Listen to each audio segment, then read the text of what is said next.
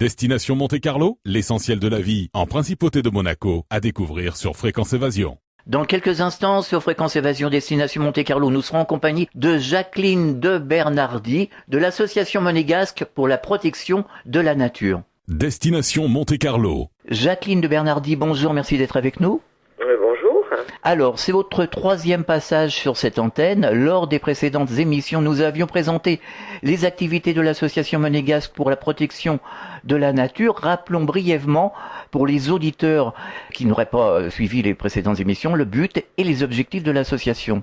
Alors c'est simple, cette association a été créée en 1975 à la demande du prince Régnier III qui souhaitait protéger le littoral de la Principauté, qui avait demandé qu'on réfléchisse à la manière de protéger le littoral monégasque. Et de fait, cette tâche a été confiée à des bénévoles qui ont créé l'association et mis en place une première réserve, l'aire marine protégée du Larvoto, en 1976 et 10 ans plus tard, en 1986, l'aire marine protégée du Tombon d'Espéluc. Et c'est une association qui était strictement bénévole et qui s'est professionnalisée depuis l'année dernière, puisqu'on s'oriente vers quelque chose de beaucoup plus large et beaucoup plus important sur le plan scientifique et sur le plan de la gestion. Alors, nous allons développer ensemble plusieurs points concernant l'association monégasque pour la protection de la nature. Pour commencer, les activités liées à la gestion des aires marines protégées. Alors, une aire marine protégée fonctionne de manière très efficace si elle est correctement gérée. Jusqu'à présent, nous la gérions le mieux possible, conjointement avec des actions menées par la direction de l'environnement, c'est-à-dire au niveau de l'État.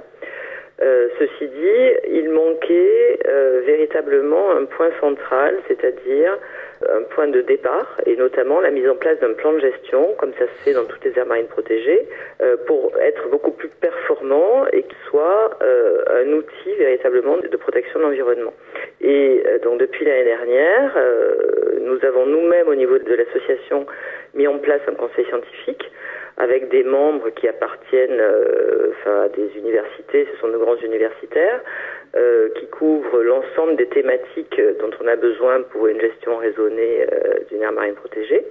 Donc à côté de ce conseil scientifique, nous avons lancé une première ébauche de plan de gestion et là, c'est en train de se mettre en place puisque progressivement, ce sont les modalités de gouvernance de ces réserves qui vont être un petit peu différentes. L'association sera toujours gestionnaire des réserves et on va faire ça aussi avec l'État, la Fondation Prince Albert II de Monaco, le musée océanographique de Monaco, le centre scientifique de Monaco, de manière à déterminer quels sont les objectifs à atteindre et concilier en même temps protection de l'environnement et la gestion des usages, c'est-à-dire les activités humaines.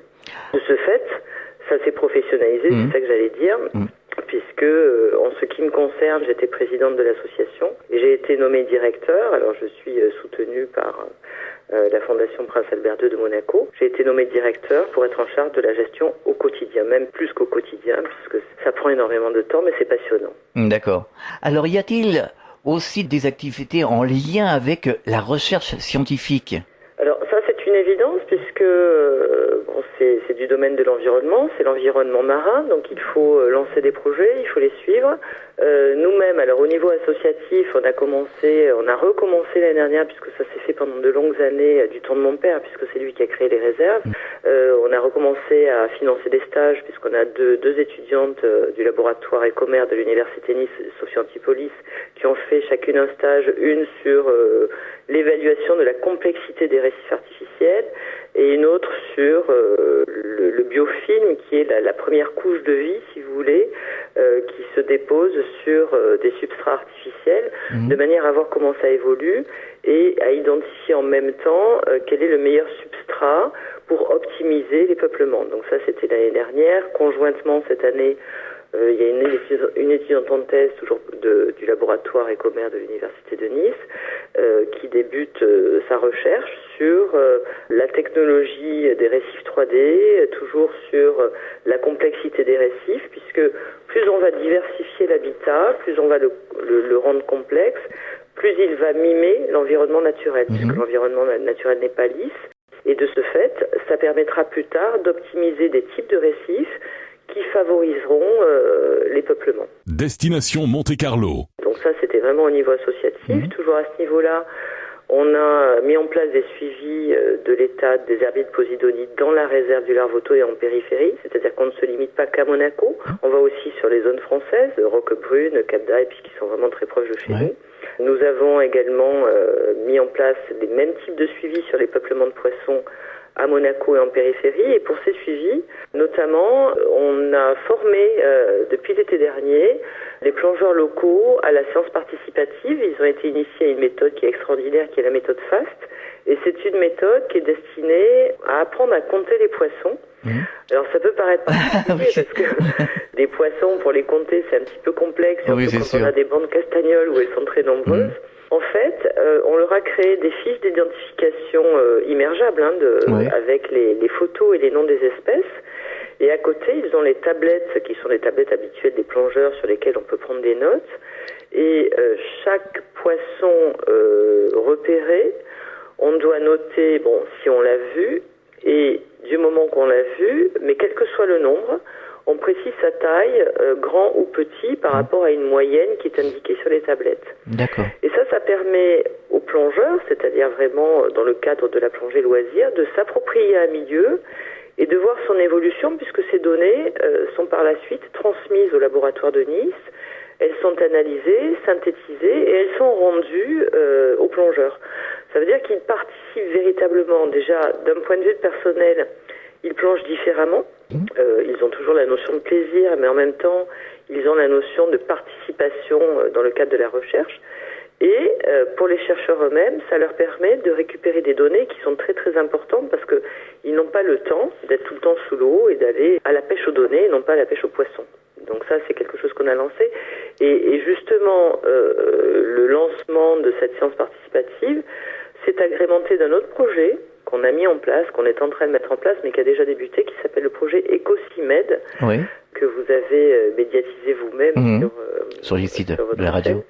Et ce projet, on s'est rendu compte que tous les usagers de la mer, c'est-à-dire qu'on soit plaisancier, qu'on soit baigneur, plongeur, apnéiste, font des observations. Et c'est vrai que quand on observe quelque chose, aujourd'hui on utilise régulièrement les réseaux sociaux et on a envie de partager. Or, ce partage va chez tous nos amis, mais à aucun moment il n'est récupéré par les chercheurs qui ont besoin de ces données. Donc l'idée, c'est de créer une plateforme sur laquelle les usagers vont pouvoir transmettre les observations qu'ils auront faites. Les observations, ça peut être, tiens, j'ai vu telle espèce en plongée, telle nouvelle espèce, ou une espèce un petit peu particulière, donc ils peuvent joindre des photos. Et ces données sont toutes récupérées et traitées, et là aussi rendues, mais c'est un grand service qui est rendu avant tout à la science. Donc, en plus du plaisir d'y participer, donc on a lancé ça, et ça va très très bien fonctionner. Donc ça, c'est un gros avantage. Et un autre projet qui concerne la recherche, on a participé également à l'étude du génome de la Grande Nacre. C'est une étude qui est menée, soutenue financièrement par la Fondation Prince Albert II de Monaco, et qui souhaitait justement que ces études soient faites pour savoir comment les nacres évoluent, quels sont leurs milieux, quelles sont leurs différences, et voir s'il y a des liens et comment elles peuvent aussi se disséminer et se retrouver dans des zones périphériques ou même plus loin. Donc nous avons fait analyser, c'était des petits prélèvements d'1 millimètre parce que c'est une espèce protégée, donc certaines nacres pour l'étude ADN. Donc il y a beaucoup d'autres projets encore d'un point de vue scientifique qui vont être lancés et qui sont très intéressants. Alors ça fonctionne bien, les partages sur les réseaux sociaux? Comment réagissent les gens?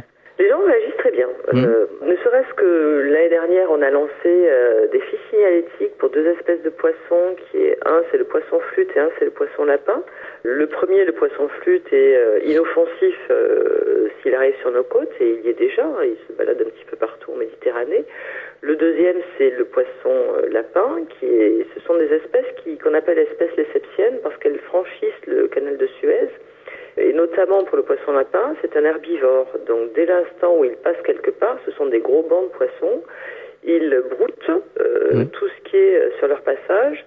Et s'il n'y a plus de flore, automatiquement, la faune disparaît aussi. Donc quand on a lancé ces fiches signalétiques, bon nombre de plongeurs ont réagi, notamment pour le poisson flûte, mais d'autres peuvent donner aussi, auraient pu transmettre des informations sur le poisson lapin, et ça permet effectivement de mettre en place des états de veille, de vigilance, et les gens adhèrent totalement à ça. Donc c'est vrai que c'est extraordinaire parce que ça passionne tout le monde de pouvoir partager et de pouvoir avoir un retour surtout sur les observations personnelles.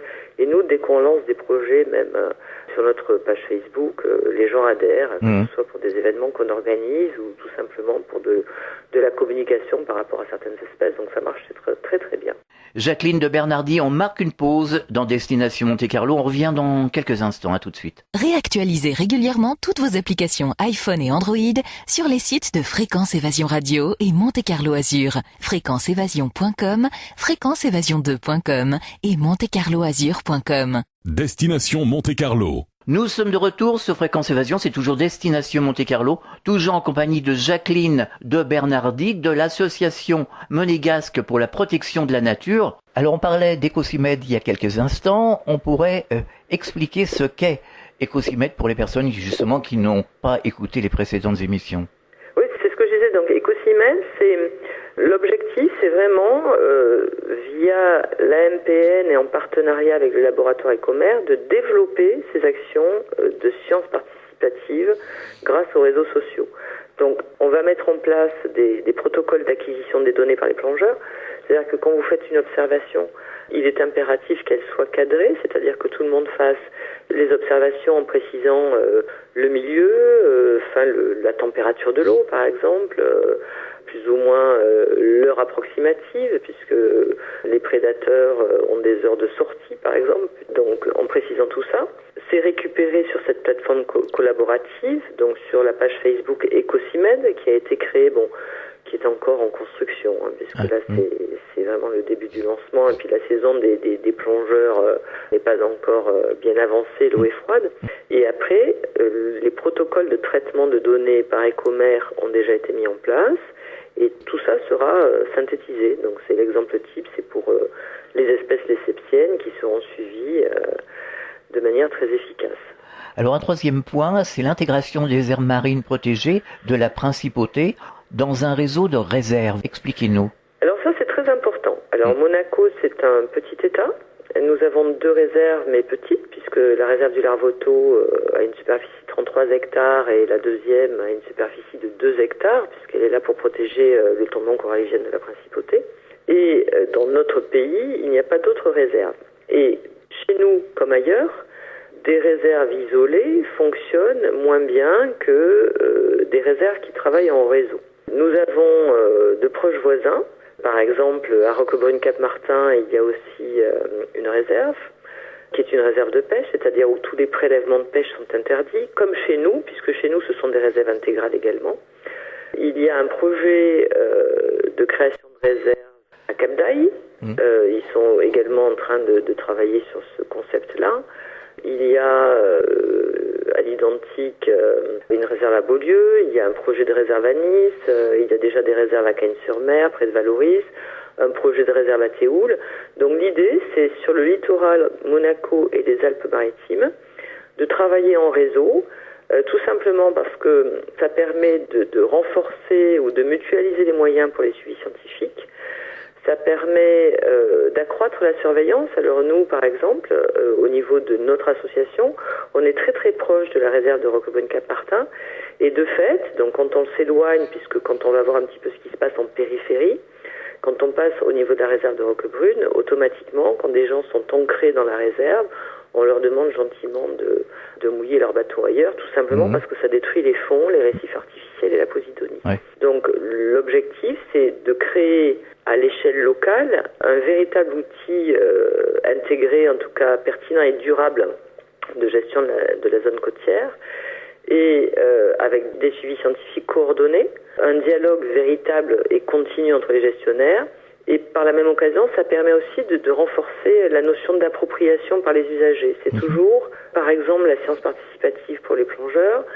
C'est aussi au niveau des pêcheurs, par exemple, de bien leur faire comprendre que c'est vrai que souvent on dit « Ah, mais les pêcheurs, vont récupérer beaucoup trop de captures de pêche. Ouais. Mais si les gens comprennent mieux, parce qu'il y a une meilleure communication que on peut pêcher de manière durable en fonction des saisons certaines espèces, si nos moyens sont mutualisés à l'échelle de ces petites aires marines protégées qui sont de petite taille et qui se situent en milieu urbain, plus les moyens sont mutualisés, plus l'information est commune, et plus ça permet justement d'avoir un dialogue commun et porteur au niveau des usagers.